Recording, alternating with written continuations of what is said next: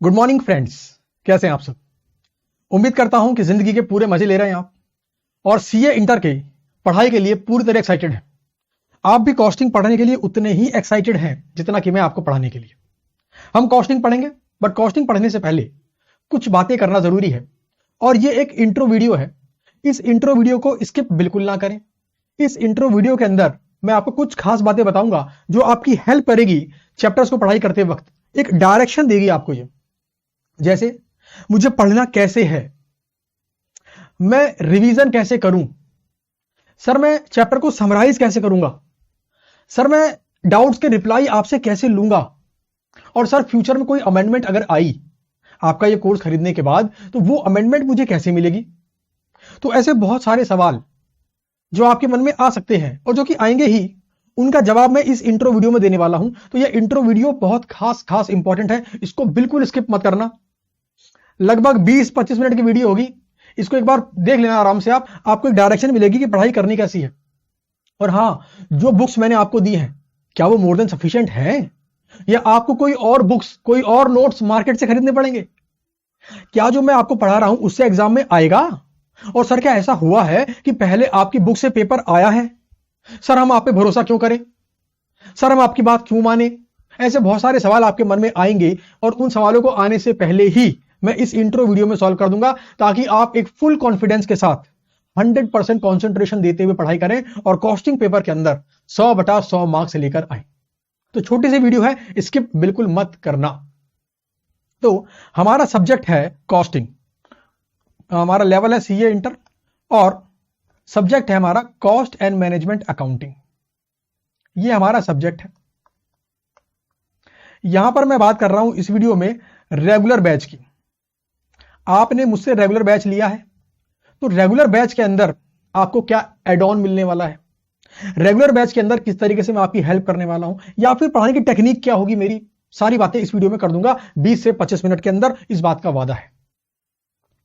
सबसे पहली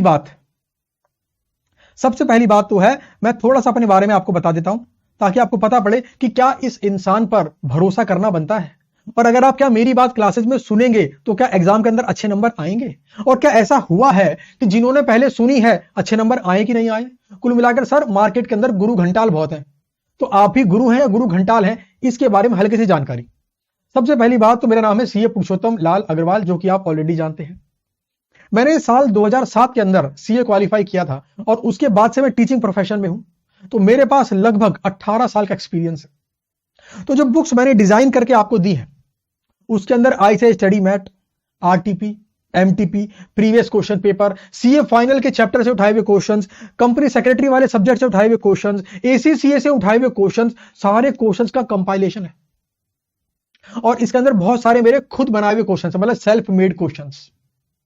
तो आपको जो मैंने कंटेंट दिया है काफी एक्सपीरियंस गेन करने के बाद दिया है, और मैंने ऐसा भी नहीं करा है कि मैंने सारे क्वेश्चंस ऐड करके बुक्स को बल्कि कर दिया हो ताकि आप रिवाइज ही ना कर पाए। बुक्स को मैंने समराइज किया है, फालतू वाले क्वेश्चंस की मैंने कटिंग छटिंग कर दी है और बुक्स को एक समरी फॉर्मेट में आपको दिया है। तो सबसे पहली बात, मेरा 18 साल का एक्सपीरियंस है, तो जो बुक्स मैंने आपको दी है आप चाहो तो पेपर पर या अपने रजिस्टर पर लिख कर रख लो कि आने वाला पेपर इन्हीं बुक से आएगा, इन्हीं क्वेश्चन से आएगा जो क्लास में आपको करवाने वाला। मैंने कुछ भी नहीं छोड़ा है और उसके बावजूद भी मैंने बुक्स को बहुत समराइज किया है ताकि आप कम समय के अंदर ज्यादा से ज्यादा बार रिवाइज कर सकें। तो और हां, मैं जब पढ़ाता हूं तो मेरा एक ही टारगेट है, कॉस्टिंग में 100/100 नंबर। कितना? 100/100, 99 की बात नहीं कर रहा हूं। और पास्ट में ऐसा कितनी ही बार हो चुका है कि हमारे स्टूडेंट 100/100 नंबर लेकर आ चुके हैं, रैंक 1 लेकर आ चुके हैं। एग्जामिनेशन तो हर बार हजारों लेकर आते हैं। तो मैं पूरे कॉन्फिडेंस से बोल रहा हूं आपको कि जो बुक्स मैंने आपको दी है और जिस तरीके से मैं क्लास में पढ़ाने वाला हूं, अगर आपने उसको प्रॉपरली फॉलो किया और दिए गए कंटेंट को 2 से 3 बार रिवाइज किया, आपके नंबर अच्छे आएंगे, इस बात की गारंटी है। प्रोवाइडेड जो बात मैं कहूं उसको फॉलो करना है, इधर से सुनकर इधर से निकालना ऐसा नहीं करना। काफी सारे स्टूडेंट्स हैं जो रैंक लेके आ चुके हैं, जैसे एक है अर्जुन मेहरा, उनकी ऑल इंडिया रैंक 1 आई थी। Diksha Goyal all India rank 1, costing में 99 मार्क्स। मई 24 के अंदर Yaksh Lalit all India rank 2, costing में 96 मार्क्स। ये कुछ स्टूडेंट्स हैं जो मेरे जहन में है, और 96 मार्क्स आए हैं 96 मार्क्स का पेपर करने पर। यानी बच्चे ने 4 नंबर का थ्योरी वाला क्वेश्चन छोड़ दिया था, उसने थ्योरी पढ़ी ही नहीं क्योंकि प्रैक्टिकल पेपर है। हां, मैं कह रहा हूं आपको कि यह कॉस्ट एंड मैनेजमेंट अकाउंटिंग का पेपर प्रैक्टिकल है। अगर आप थ्योरी, जो कि मैं क्लास में भी करवाता हूं, थ्योरी 2 तरीके की होती है, एक प्रैक्टिकल ओरिएंटेड थ्योरी, एक थ्योरी मतलब रटने वाली थ्योरी, एडवांटेज डिसएडवांटेज फालतू फंड की बातें। तो अगर मैं बोलूं आपको कि अगर आपको प्रैक्टिकल ओरिएंटेड थ्योरी और प्रैक्टिकल वाला पार्ट पूरा आता है, आप कॉस्टिंग 100/100 नंबर एग्जाम में ला सकते हैं। यानी कि वो तो है ना थ्योरी, जो रटने वाली थ्योरी, जो समझने वाली थ्योरी, जो बोरिंग वाली थ्योरी आपके मन में आती है, अगर उसको आप 1 या 2 बार भी गो थ्रू कर लेंगे तो काम चल जाएगा। तो आपको जो समरी थ्योरी बुक में दूंगा वो भी ऐसी है। तो यह बात कंफर्म है कि आपको मैं बहुत ज्यादा एक्सपीरियंस होने के बाद जो कंटेंट दे रहा हूं, यह कंटेंट अपने आप में मोर देन सफिशिएंट है। मार्केट से कोई और बुक आपको नहीं खरीदनी, किसी और टीचर के नोट्स आपको रेफर नहीं करने हैं, कहीं और से प्रैक्टिस आपको नहीं करनी है। बच्चे पूछते हैं सर एक्स्ट्रा प्रैक्टिस कहां से करूं, सर मेरा मन कर रहा है कि मैं फलाना टीचर की बुक्स और खरीद दूं क्या मार्केट से, मैं उस टीचर के नोट्स और कर लूं क्या। नहीं, रिक्वायरमेंट तो नहीं है। अगर कॉस्टिंग में 100/100 नंबर लाने हैं तब भी रिक्वायरमेंट तो नहीं है। हां, अगर आपको प्रैक्टिस करनी है एग्जाम पास करने के बाद कर लेना, क्योंकि मेरा पढ़ाने का तरीका थोड़ा डिफरेंट है। कॉन्सेप्ट को डीपली समझाने के बाद, उसके ऊपर कुछ सेल्फ मेड क्वेश्चन सॉल्व करवाने के बाद, कॉन्सेप्ट आपको आपके माइंड में घुसा देने के बाद मैं करता हूं प्रैक्टिकल क्वेश्चंस। और RTP, MTP, previous question paper, ICS study mat कुछ भी नहीं छोड़ता। सारा का सारा कंटेंट जो बुक्स मैंने आपको दी है उसके अंदर है। तो आपको कोई हेडेक नहीं लेनी। अरे आपने मुझे अपने पैसे दिए हैं, आप मुझे अपना टाइम दे रहे हो, और मेरा 18 साल का एक्सपीरियंस है, स्टूडेंट्स इतने सारे रैंक लेकर आ चुके हैं, उसके बावजूद भी अगर आपको कोई और नोट्स रेफर करने पड़े तो लानत है मेरे पढ़ाई कराने पर, बेकार है फिर तो मेरा पढ़ाना। अगर मेरे पढ़ाने के बाद भी आपको कहीं और भटकना पड़े तो फिर क्या फायदा। तो नहीं भटकना आपको कहीं, जो मैंने आपको दिया है उसको बस ग्रहण करें, और जो मैं क्लास में कहता हूं वैसे रिवाइज करें, वैसे नोट्स बनाएं, वैसे प्रैक्टिस करें, 100/100 नंबर आएंगे। अच्छा, एक खास बात और, मैं फॉलो करता हूं वाई अप्रोच। सर ये क्या होती है वाई अप्रोच, और टीचर्स अधिकतर फॉलो करते हैं व्हाट अप्रोच। दोनों में डिफरेंस क्या है। व्हाट अप्रोच का मतलब है कि कोई भी कॉन्सेप्ट क्या है टीचर ने आपको बताया, फॉर्मूला क्या है टीचर ने आपको बताया, और क्वेश्चन को सॉल्व करना चालू कर दिया। यह होती है व्हाट अप्रोच। इससे आप पास हो सकते हैं, 50 नंबर, 60 नंबर, 70 नंबर भी ला सकते हैं। लेकिन वाई अप्रोच जो कि मैं फॉलो करता हूं, उसका बेनिफिट क्या है, यह कॉन्सेप्ट ऐसा ही क्यों बना, यह फॉर्मूला ऐसा ही क्यों बना, या उस फॉर्मूले की डेरिवेशन क्या है, वो भी मैं आपको सिखाता हूं। अब इसका बेनिफिट क्या है, अगर आपको फॉर्मूले की डेरिवेशन पता है, अगर आपको फॉर्मूले बनने के पीछे का लॉजिक पता है, तो एग्जामिनर कुछ भी कर ले, क्वेश्चन कितना आड़ा तिरछा कर ले, आप सॉल्व कर लोगे। क्यों, आपको बेस लेवल पर, रूट लेवल पर पता है कि यह फॉर्मूला ऐसा क्यों बना। एक एग्जांपल लेता हूं मैं आपको, इकोनॉमिक ऑर्डर क्वांटिटी। भाई एक बार में कितना रॉ मटेरियल परचेज करूं कि मेरी कैरिंग कॉस्ट और ऑर्डरिंग कॉस्ट कम आए। तो यहां पे 2 तरीके हैं। एक तरीका तो बोलता है साहब फॉर्मूला बताओ और दफा करो। फॉर्मूला बता दिया बच्चों को, भाई इकोनॉमिक ऑर्डर क्वांटिटी का फॉर्मूला ये होता है, ये हमारा ए है, ये हमारा ओ है, ये हमारा सी है। समझ गए, annual requirement, ordering cost and carrying cost per annum निकालो इकोनॉमिक ऑर्डर क्वांटिटी। मेरा तरीका है कि आपको फॉर्मूला बताने से पहले फॉर्मूला निकाल कर दिखाऊंगा कि यह फॉर्मूला आखिर से बना क्यों है, ताकि आपके दिमाग के घोड़े खुले, आपको समझ में आए कि कॉस्टिंग डिफिकल्ट नहीं है। और मैं चाहता हूं कॉस्टिंग से आपको प्यार हो जाए। मैं ऐसा मान रहा हूं कि कॉस्टिंग आप पहली बार पढ़ने जा रहे हैं। अकाउंट्स आपने 11वीं के अंदर, 12वीं के अंदर ही पढ़ा होगा, बट कॉस्टिंग एक ऐसा सब्जेक्ट है जो सीए इंटर लेवल पर आप पहली बार पढ़ने जा रहे हैं। तो मैं आपको यह मान के पढ़ाता हूं कि आपको कुछ भी नहीं आता, आप जीरो है कॉस्टिंग के अंदर। मैं मानता ही नहीं कि आपको कोई नॉलेज है बिजनेस की। जीरो से स्टार्ट करता हूं और आगे लेके जाता हूं। अच्छा, क्लास में कुछ टेक्निक्स का मैं इस्तेमाल करता हूं, और वो टेक्निक क्या है, वो है मेरी ट्रिक्स।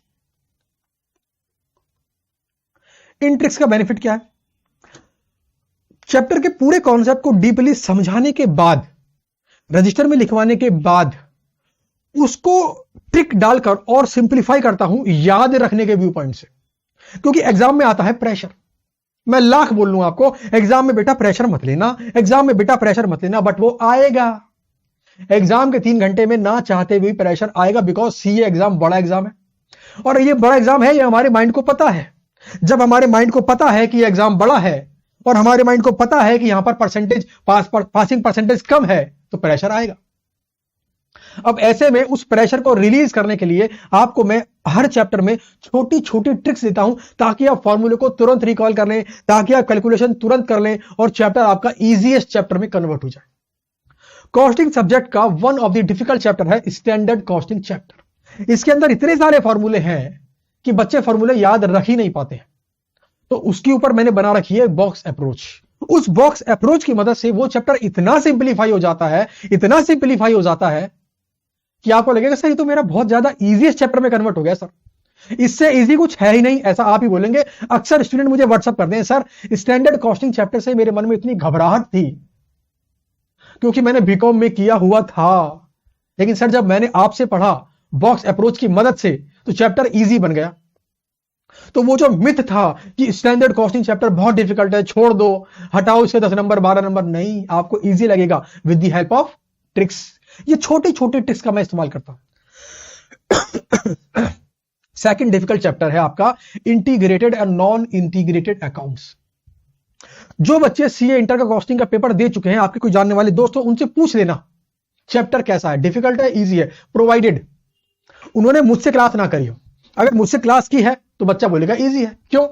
वहां पर मैंने बना रखी है रेड लाइट अप्रोच, और उस रेड लाइट अप्रोच की मदद से जितनी भी अकाउंटिंग एंट्रीज है और उनका लॉजिक वाई अप्रोच क्लियर हो जाता है।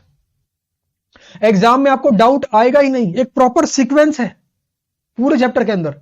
उससे क्या हुआ, पूरा चैप्टर सिंप्लीफाई भी हो गया और एग्जाम में स्ट्रेस भी नहीं आया, चैप्टर और आसान हो गया। तो यू फटाफट सॉल्व करोगे आप। तो ऐसी बहुत सारी ट्रिक्स मैंने बना रखी है। जैसे चैप्टर रिकंसिलिएशन, उसके अंदर है मेरे पास 2 स्टेप अप्रोच। रिकंसिलिएशन में बच्चे कई बार कंफ्यूज कर जाते हैं, सर यहां पे प्लस करूं या माइनस करूं। आपने 11th क्लास या 12th क्लास में सीखा होगा bank reconciliation, cash book passbook सीखा होगा आई होप। तो वहां पर कंफ्यूजन होती है, सर प्लस करना है कि माइनस करना है। वैसे ही कॉस्टिंग चैप्टर में एक चैप्टर है, कॉस्टिंग सब्जेक्ट में एक चैप्टर है रिकंसिलिएशन। सेम दिक्कत आती है वहां पर। उस दिक्कत को मैंने सॉल्व कर दिया जड़ से, और इस तरीके से सॉल्व किया है, एडजस्टमेंट कोई भी दे दे एग्जामिनर, मेरी गारंटी है आप गलत कर ही नहीं सकते। 2 स्टेप अप्रोच। तो ये कुछ खास तरीके हैं जिनकी वजह से मेरे स्टूडेंट 100/100 नंबर लेकर आते हैं। तो जिस जज्बे से या जिस मेहनत से मैं आपको पढ़ाता हूं, मैं चाहता हूं कि उसी मेहनत से, उसी जज्बे से आप पढ़ें। कॉस्टिंग से डर कर नहीं पढ़ना है, जो मैं आपको कहूं उतना ही फॉलो करना है। मार्केट में यूट्यूब पर किसी और फैकल्टी ने कुछ और बोल दिया, उस पर ध्यान नहीं देना है। मैं जो बात आपको बोलूंगा वो आपकी अहम बात होगी, बाकी मिथ होते हैं। कई बार बोलते हैं कुछ टीचर्स कि रिवीजन बहुत ज्यादा होने चाहिए, 8-10 बार रिवाइज कर दो। लेकिन अगर आपने कोई भी सब्जेक्ट हो, कॉस्टिंग क्यों ना हो, अगर आपने 8 से 10 बार रिवाइज कर दिया, आप बोर हो जाओगे, आपका सब्जेक्ट में से इंटरेस्ट खो जाएगा। मैं कभी नहीं कहता 8 से 10 बार रिवाइज करो, 3 से 4 बार। मैंने देखे ऐसे स्टूडेंट्स जिन्होंने 8 से 10 बार रिवाइज किया, अच्छे नंबर नहीं आए। क्यों? एग्जाम टाइम में वो बोर हो गए, उनका पढ़ने का मन नहीं कर रहा, अरे पहले पढ़ा हुआ है। लेकिन exam time is very crucial time. तो कहने का मेरा मतलब है कि आपको जो भी सलाह लेनी हो, कोई भी कंफ्यूजन हो, मेरे नंबर पे व्हाट्सएप करो, मैं नंबर दूंगा अभी आपको, और जो मैं क्लास में कह रहा हूं उसको फॉलो करो। कोई और बुक, कोई और नोट्स, कोई और प्रैक्टिस पेपर, सर किसी इंस्टीट्यूट की क्या मैं मॉक टेस्ट पेपर ज्वाइन कर लूं क्या? नहीं, रिक्वायरमेंट नहीं है। जो रिक्वायरमेंट है उतना ही करो, प्रैक्टिस सही करो। Practice makes a man perfect, ये बात सही है, but right practice makes a man perfect. Practice तो कर रहे हो बट गलत प्रैक्टिस कर रहे हो, कोई फायदा नहीं होगा, no benefit at all, wastage of time हो जाएगा पूरा का पूरा।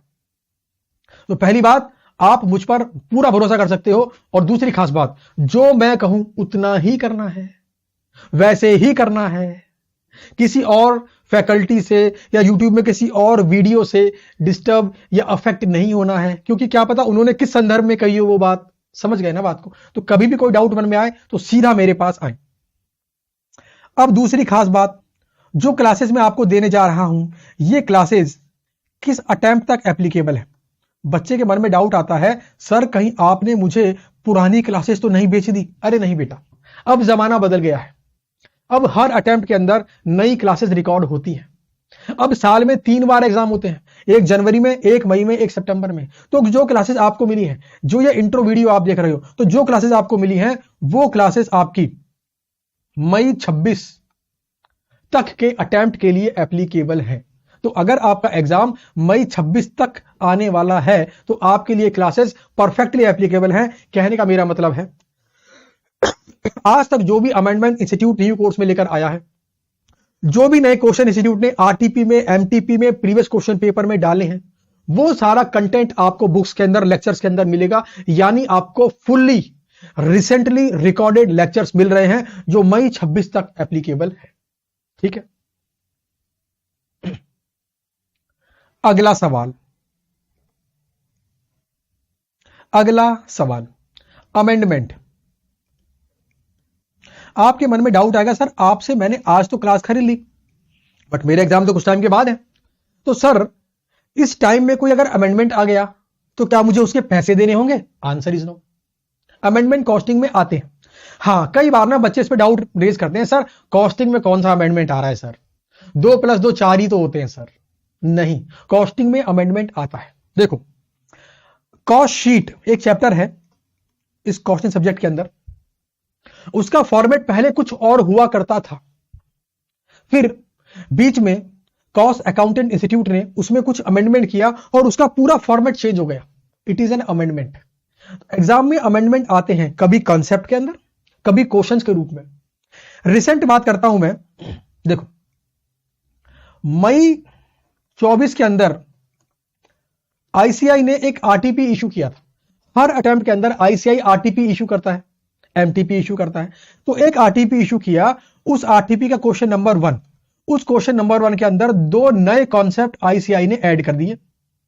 अब समस्या यह है कि ये 2 नए कॉन्सेप्ट आज तक इंस्टीट्यूट के स्टडी मैट में अपडेटेड नहीं है, बट क्योंकि ये क्वेश्चन या ये नया कॉन्सेप्ट पे क्वेश्चन आपके आरटीपी में आ चुका है, तो ये आपके सिलेबस का पार्ट है।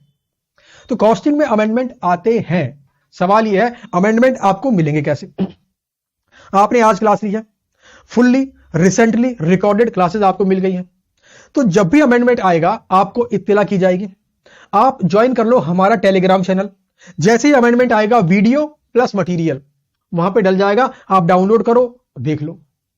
टेलीग्राम चैनल रोज रोज खोलकर देखने की जरूरत नहीं है, महीने में एक बार खोल के देख लो या 2 हफ्ते में एक बार खोल के देख लो। और अगर वो भी खोलकर नहीं देखना चाहते, बहुत ही अच्छी बात है, फिर तो आप मेरे नंबर पर व्हाट्सएप करो और मुझे बताओ कि सर मैंने इस महीने में क्लास ली थी और मेरा ये अटेम्प्ट है, तो क्या इसके बीच में कोई अमेंडमेंट आया है? अगर उस बीच में कोई अमेंडमेंट आया होगा ना, तो मैं आपको हाथों हाथ उसी व्हाट्सएप पर मटेरियल प्लस वीडियो फॉरवर्ड कर दूंगा। तो आप बिल्कुल फिक्र ना करें, अमेंडमेंट आएगा मैं आपको दूंगा फ्री ऑफ कॉस्ट, उसके कोई एक्स्ट्रा पैसे चार्ज नहीं करूंगा टिल योर एग्जाम। तो यह बात कर दी मैंने अमेंडमेंट की। अगली बात जो बच्चों के मन में आती है, एक्स्ट्रा प्रैक्टिस।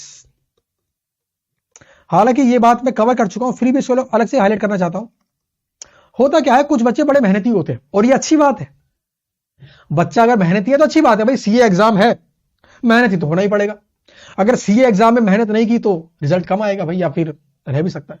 मेहनती है बच्चे बट हर चीज में एक लिमिट होनी चाहिए। कई बार बच्चे मुझ पे आते हैं, सर मैंने आपके बुक्स को 3 बार रिवाइज कर लिया है, आपके सारे क्वेश्चंस को मैंने 3-3 बार रिवाइज कर दिया है सर, 4-4 बार रिवाइज कर दिया है सर, लेकिन मेरा मन नहीं भरा है सर, मुझे कॉस्टिंग सब्जेक्ट से प्यार हो गया है सर मेरा मन करता है कि मैं और प्रैक्टिस करूं सर, मेरा मन करता है कि मैं कॉस्टिंग के और क्वेश्चंस बनाऊं और अपने अल्टीमेट आंसर को मैच करूं। सब जब वो आंसर मैच करता ना, मेरे दिल को सुकून मिलता है। सर बताओ ना प्लीज, सर प्रैक्टिस कहां से करूं? आपको कोई और प्रैक्टिस कहीं और से करने की जरूरत नहीं है। आपके पास टाइम बच गया है, तो जिस तरह कॉस्टिंग से आपने प्यार किया, आपके पास और भी सब्जेक्ट है, उनसे भी दिल लगाओ, उनसे भी तो प्यार करो, उनको भी तो अपना लो।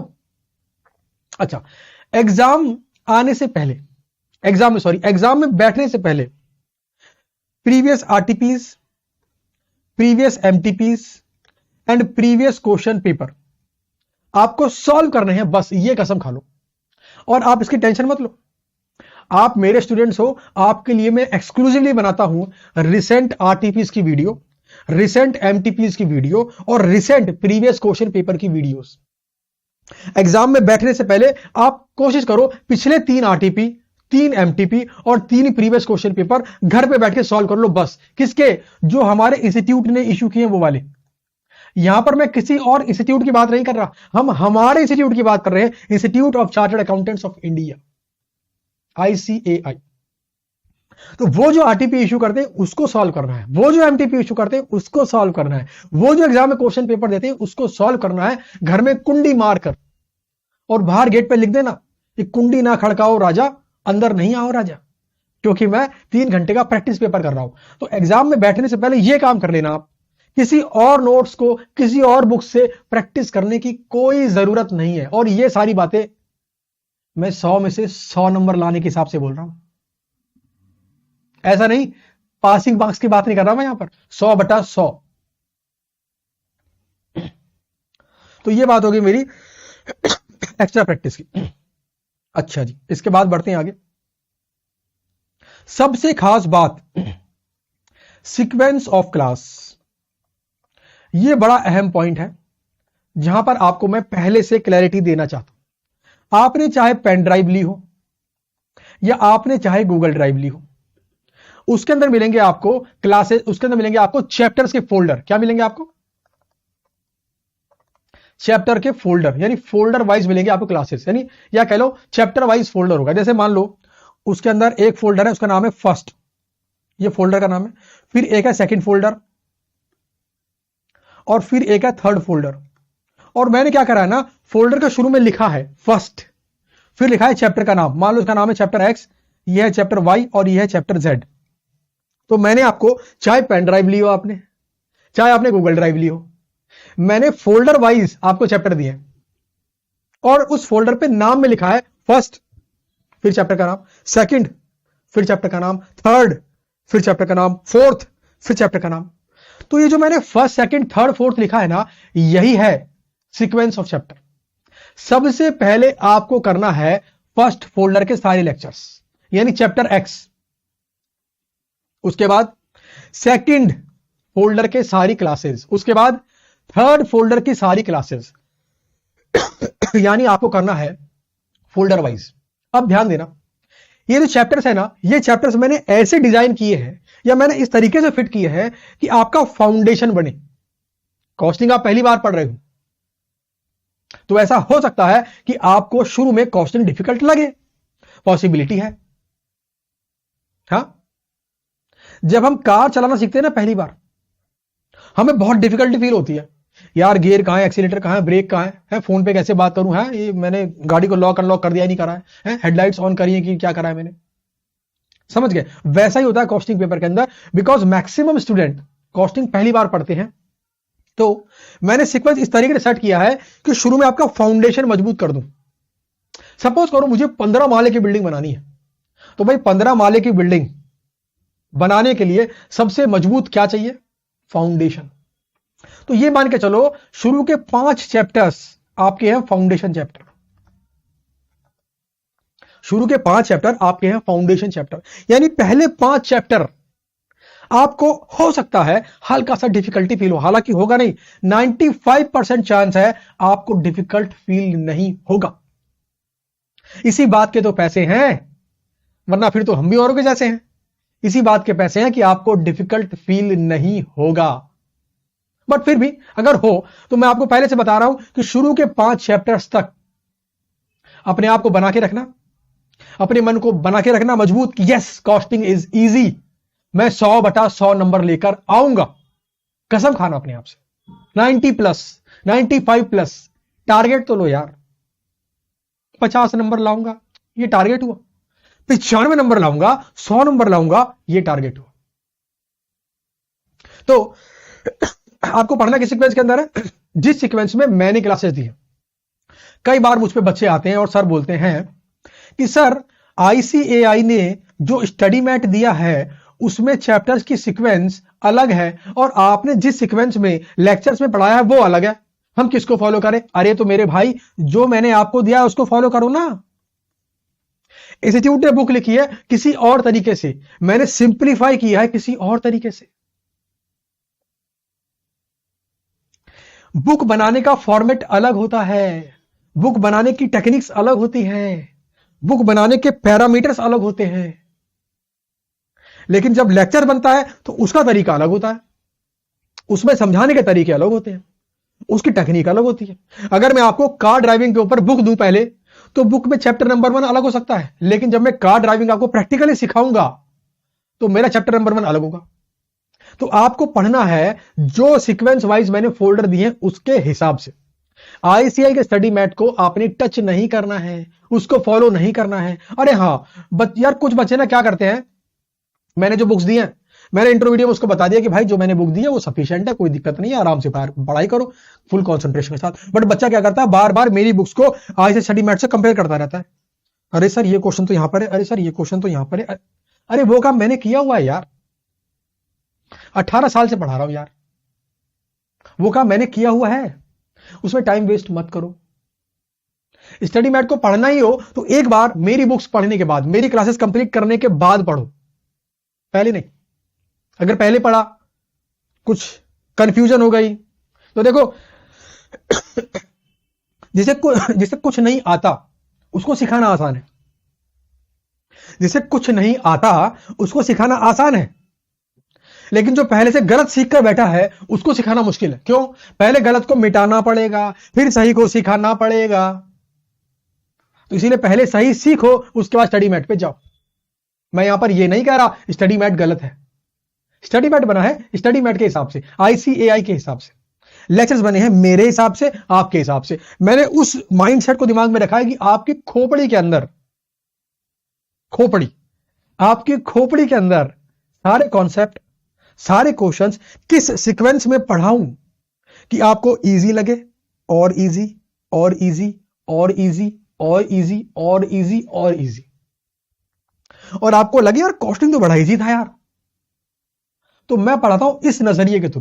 तो आपने फॉलो करना है जो सीक्वेंस मैंने दिया फोल्डर्स की उसको, चाहे आपने पेन ड्राइव ली हो और चाहे आपने ली हो गूगल ड्राइव।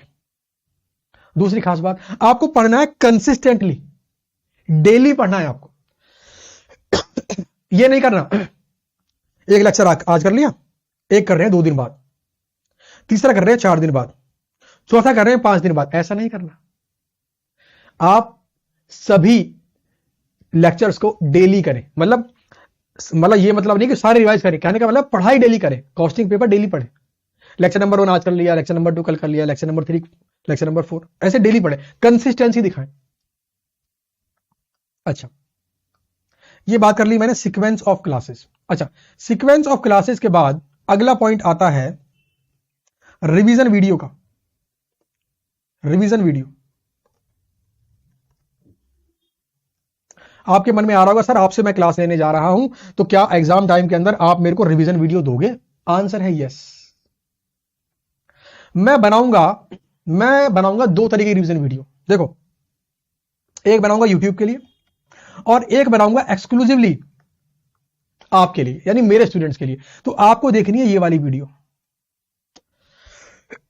आपको देखनी है एक्सक्लूसिवली वाली वीडियो, क्योंकि ये बनाई है मैंने आपके लिए, क्योंकि आप मेरे प्रीमियम स्टूडेंट्स हैं, आपने मुझे पैसे दिए हैं। तो जिनकी वजह से मेरा घर चल रहा है, जिनकी वजह से मेरी जिंदगी चल रही है, जिनकी वजह से मेरे पास फाइनेंस है, पैसा है, उनको मैं कैसे भूल सकता हूं?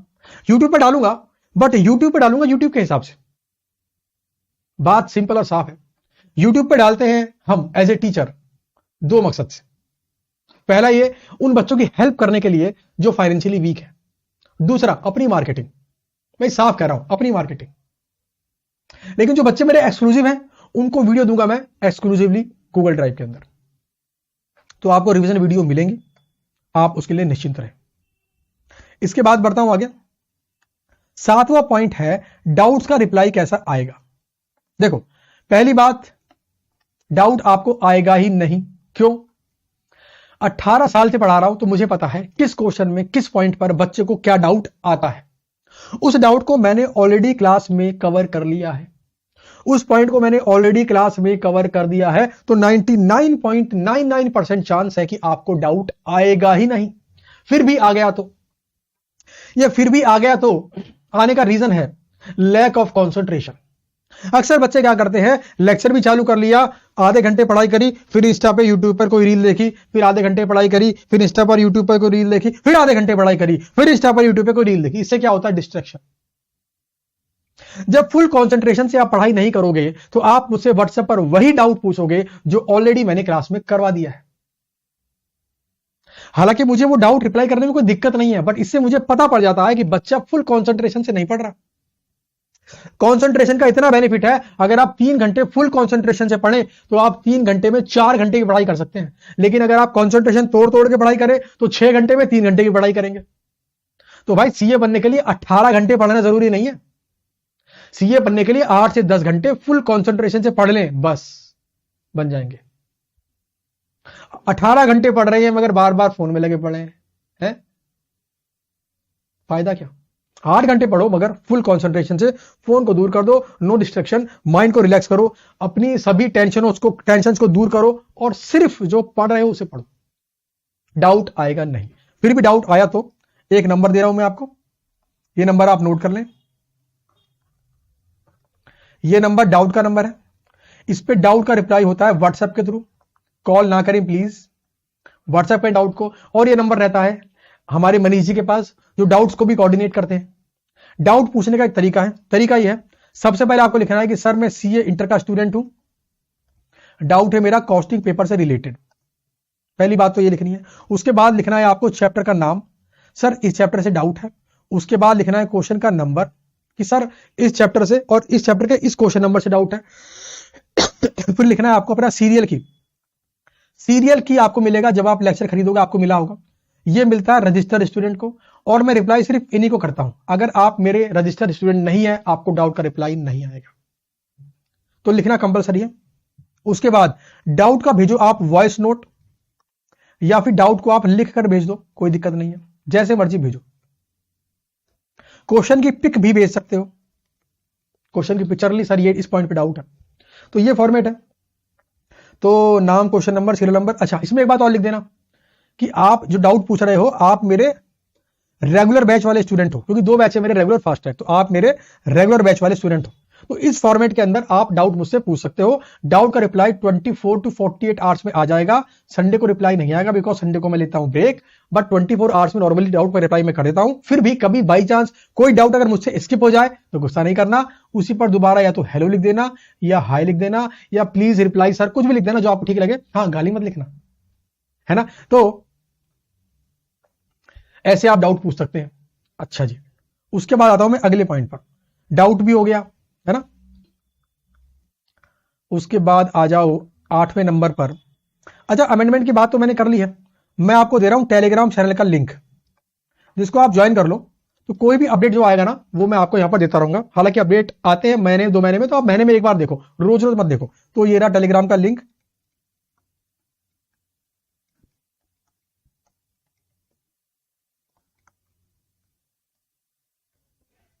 ठीक से लिखता हूं वरना आपको ढूंढने में दिक्कत होगी।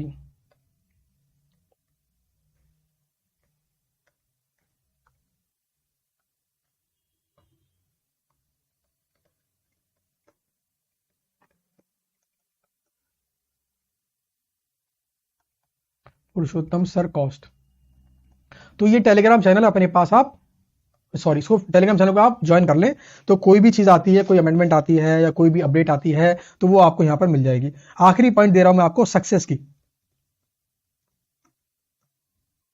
शुरू में कहा था ना मैंने आपको, चैप्टर पढ़ना कैसे है, समराइज कैसे करना है, रिवाइज कैसे करना है, सर 100/100 नंबर लेके कैसे आऊं। तो यहां पर बात करूंगा मैं 100/100 नंबर लेके आने की टेक्निक्स की, और आपने बस इसी को फॉलो करना है। सबसे पहली बात, जो चैप्टर मैं करा रहा हूं, जिस सीक्वेंस में, आपको पढ़ाई उसी के हिसाब से करनी है। चैप्टर आगे पीछे नहीं करने कि पहले देख लिया 4th फोल्डर, फिर देख लिया फर्स्ट फोल्डर, ना, पहले फर्स्ट फोल्डर, फिर सेकंड फोल्डर, फिर थर्ड फोल्डर, फिर फोर्थ फोल्डर, सीक्वेंस जो मैंने सेट किया। दूसरी बात, अगली खास बात क्या है, हर चैप्टर में करेंगे एबीसी एनालिसिस, है ना। एक बार आपने चैप्टर पढ़ लिया, सारे कॉन्सेप्ट लिख लिया आपने, कॉन्सेप्ट रजिस्टर के अंदर सारे क्वेश्चन का सॉल्यूशन आपने लिख लिया प्रैक्टिकल रजिस्टर के अंदर। अब करना क्या है, हर चैप्टर कंप्लीट होने के बाद उसमें जितने भी क्वेश्चंस हो उन्हें कैटेगरी ए, बी और सी में डिवाइड कर देना है। कैटेगरी ए मतलब आपके लिए वो क्वेश्चन बहुत ज्यादा डिफिकल्ट था तो कैटेगरी ए बोलेंगे। कैटेगरी बी मतलब उस क्वेश्चन में आपके लिए 2 या 3 पॉइंट बहुत ज्यादा डिफिकल्ट थे तो कैटेगरी बी बोलेंगे। और कैटेगरी सी मतलब आपके लिए बहुत ज्यादा इजी था वो क्वेश्चन। तो मैं जब क्लास करवाऊंगा आपको तो मैं खुद भी आपसे पूछता रहता हूं कैटेगरी ए, बी, सी में डिवाइड करो। तो आप अपने अकॉर्डिंग आपने खुद से पूछना है, अरे मुझे मुश्किल लगा क्या, आपका मन बोले तो बहुत इजी था यार तो कैटेगरी सी, मन बोले अरे कैटेगरी ये बहुत डिफिकल्ट था ये तो क्वेश्चन बोले हाँ वैसे तो इजी था मगर ये पॉइंट डिफिकल्ट था तो कैटेगरी बी। इससे बेनिफिट क्या होगा, सपोज करो किसी चैप्टर में 45 क्वेश्चन है तो कैटेगरी ए में आगे मान लो 10 क्वेश्चन है ना, कैटेगरी बी में आगे मान लो 15 क्वेश्चन, तो कितने हो गए ये 10 और 15 हो गए 25 और 20 क्वेश्चन है कैटेगरी सी में आ गए।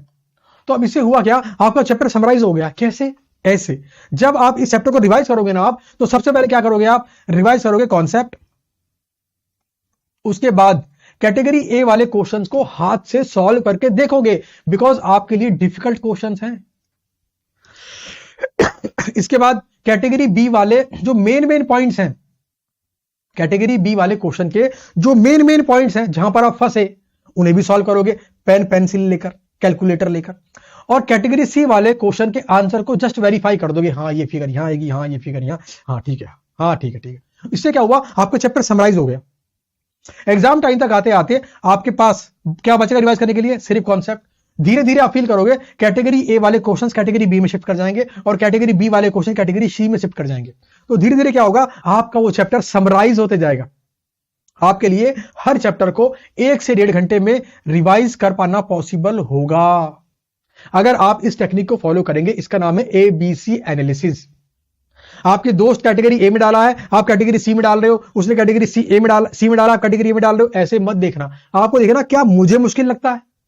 अगर आपको बहुत मुश्किल लगता है कैटेगरी ए, आपको बहुत इजी लगता है कैटेगरी सी। तो टेक्निक कौन सी फॉलो करेंगे, ABC एनालिसिस। और ये टेक्निक आप कॉस्टिंग पेपर में ही नहीं, आप किसी भी पेपर में फॉलो करो, रिजल्ट मिलेगा। इससे क्या होता है, चैप्टर समराइज होता है। आप सिर्फ वहीं हथौड़ा मारते हो जहां पर रिक्वायरमेंट है। समझे बात को। तो ABC एनालिसिस। अगली कहानी है 3 से 4 बार रिवीजन। 3 से 4 बार रिवीजन। देखो मैंने यहां पर यह नहीं बोला 10 बार रिवीजन, 8 बार रिवीजन, 6 बार रिवीजन ना, 3 से 4 बार। बट 3 से 4 बार रिवीजन करने से पहले कैटेगरी ABC में डिवाइड कर लेना, फिर रिवाइज करना। भाई साहब गारंटी है इस बात की, पूरे का पूरा कॉस्टिंग सब्जेक्ट आप 8 से 10 घंटे में रिवाइज कर लोगे। पहली बार लगेंगे 10 से 12 घंटे, फिर कम हो जाएंगे 7 से 8 घंटे, फिर कम हो जाएंगे 5 से 6 घंटे। तो आपके लिए पॉसिबल होगा कि एग्जाम के 1 दिन पहले आप पूरा कॉस्टिंग सब्जेक्ट 2 बार रिवाइज कर लोगे। तो एग्जाम के 1 दिन पहले से पहले मैं बता रहा हूं 3 से 4 बार रिवाइज करना है। ज्यादा मत करना, बोर हो जाओगे वरना। 3 से 4 बार करना है मगर दिल से है, लकीर नहीं काटनी जा कर लिया रिवाइज ना, दिल से रिवाइज करना है 3 से 4 बार। और हां जब रिवाइज करोगे ना तो टाइम नोट करोगे। आपने पूरा सिलेबस कर लिया, सारे चैप्टर कर लिए, हर चैप्टर का ABC कर लिया। अब आता है मान लो फर्स्ट रिवीजन। तो जब फर्स्ट रिवीजन आप करोगे ना, आप टाइम नोट करोगे कि फर्स्ट रिवीजन मैंने किस दिन शुरू किया और किस दिन खत्म हुआ, कितने घंटे लगे। फिर जब सेकंड टाइम रिवाइज करोगे कितने घंटे लगे, जब थर्ड टाइम रिवाइज करोगे कितने घंटे लगे। आपको नोट करके रखना, आपको लिखना है, यह आपका ट्रैक रिकॉर्ड है। इससे पता पड़ेगा आप इंप्रूव कर रहे हो या नहीं, आप दिल से रिवाइज कर रहे हो या नहीं। अगर आपका टाइम कम होता है, कॉन्फिडेंस बढ़ता है, दिल से रिवाइज कर रहे हो, हाथ मिलाओ। नहीं, हाथ मिला नहीं सकते, कोई बात नहीं। लेकिन अगर आपका टाइम कभी नहीं हो रहा है, पहले लगे 3 दिन, फिर लगे 3 दिन, 2.5 दिन भी नहीं हुए, तो भाई साहब कुछ कमी है, कॉन्सेंट्रेशन की कमी है, या आपने ABC एनालिसिस टेक्निक फॉलो ही नहीं करी, आपने कहा अरे सर तो बोलते हैं क्या फर्क पड़ता है यार, छोड़ो ना। ना, ऐसा नहीं करना। 3 से 4 बार रिवीजन करनी है। इसके बाद क्या करना है आपको करनी है पेपर की प्रैक्टिस। पेपर की प्रैक्टिस एग्जाम हॉल के अंदर सब कुछ आने के बाद स्ट्रेस पढ़ने की वजह से अगर पेपर छूट गया, महापाप। एग्जाम में अगर 5 नंबर का क्वेश्चन भी छूट गया जो आता था, महापाप है। सीए एग्जाम के अंदर क्वेश्चन आए और छूट जाए, क्या बोलूं उसको महापाप के अलावा। कभी ऐसा होना नहीं चाहिए। ऐसा कब नहीं होगा? जब आप करोगे एग्जाम के अंदर बैठने से पहले प्रैक्टिस। सर प्रैक्टिस किसकी करनी है? RTP, MTP and previous question paper. कितने कितने? देखो 3 बोल रहा हूं, 3 ये कर लो और 3 ये कर लो और 3 ये कर लो, बस। किसी और इंस्टीट्यूट की मॉक टेस्ट पेपर ज्वाइन करने की रिक्वायरमेंट नहीं है। आईसीआई ने जो आपको आरटीपी दी है, एमटीपी दी है, प्रीवियस क्वेश्चन पेपर दी है, उसको घर बैठकर कुंडी मारकर 3 घंटे में सॉल्व कर लो। इससे आपकी स्पीड चेक हो जाएगी। सिली मिस्टेक कर रहे हो नहीं कर रहे हो, चेक हो जाएगा। आपका माइंड फुल्ली कॉन्सेंट्रेटेड है या उसकी लगी पड़ी है, चेक हो जाएगा। तो ये 3 काम एग्जाम में बैठने से पहले कर लो। और आप टेंशन मत लेना, हर अटेम्प्ट के अंदर मैं अपने बच्चों को previous RTPs, previous MTPs and previous question paper की प्रॉपर सॉल्यूशन वीडियो बनाकर देता हूं, आपको दूंगा। आप मेरे एक्सक्लूसिव स्टूडेंट हो, आपको मैं सब कुछ दूंगा। क्यों?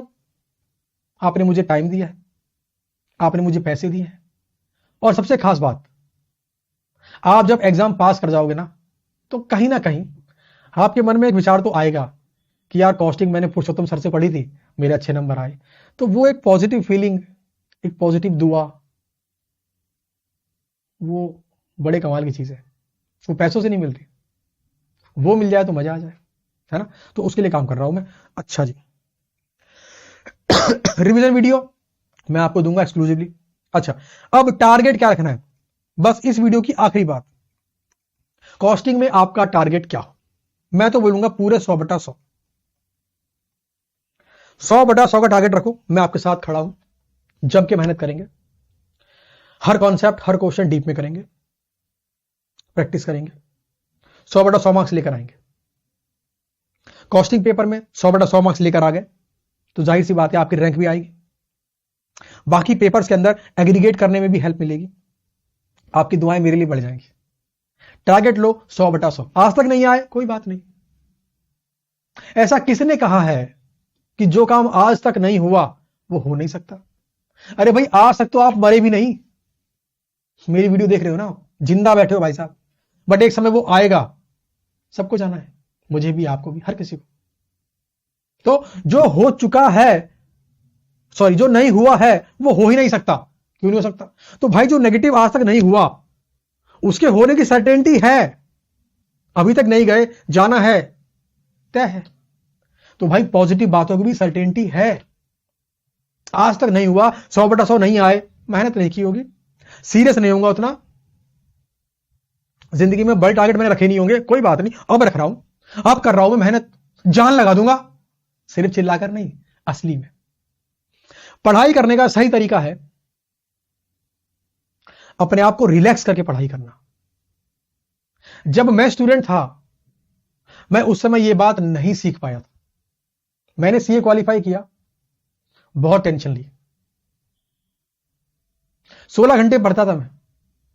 पढ़ने का जुनून ऐसा नहीं था, टेंशन बहुत थी मेरे को कि यार अगर पढ़ाई नहीं करूंगा तो रिजल्ट बड़ा कम आता है, फेल हो जाऊंगा, पता नहीं सीए कैसे बनूंगा। क्यों? मेरी फैमिली को सीए था ही नहीं। तो मैंने ये पाया कि 5-5.5 साल जबरदस्त मेहनत करने के बाद मैं सीए तो बन गया, बट उन 5 साल जो मैं टेंशन में रहा वो तो मेरे लौट नहीं सकते ना। आप सीए बन गया, रिजल्ट आ गया, ठीक है, बट क्या वो 16 घंटे मेहनत मैं टेंशन लिए बिना भी कर सकता था? आंसर है यस, कर सकता था। कैसे करते हैं उस चीज को? उसे करते ऐसे हैं, एक प्लान बनाओ।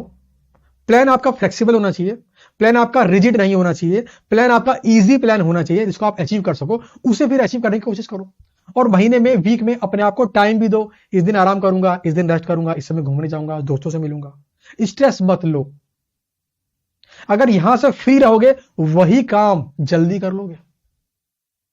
16 घंटे पढ़े स्ट्रेस लेकर, आउटपुट तो आएगा, बढ़कर 8 घंटे पढ़े स्ट्रेस लिए बिना, आउटपुट तब भी आएगा 16 घंटे के बराबर, और बाकी 8 घंटे आप एंजॉय भी कर लोगे। उम्मीद करता हूं इंट्रो वीडियो में आपको हेल्प मिली होगी। तो अब जज्बे के साथ अपने मन को बना के चलें, और अब आप स्टार्ट कर सकते हैं फर्स्ट फोल्डर का first chapter. Thank you and best of luck for your exam.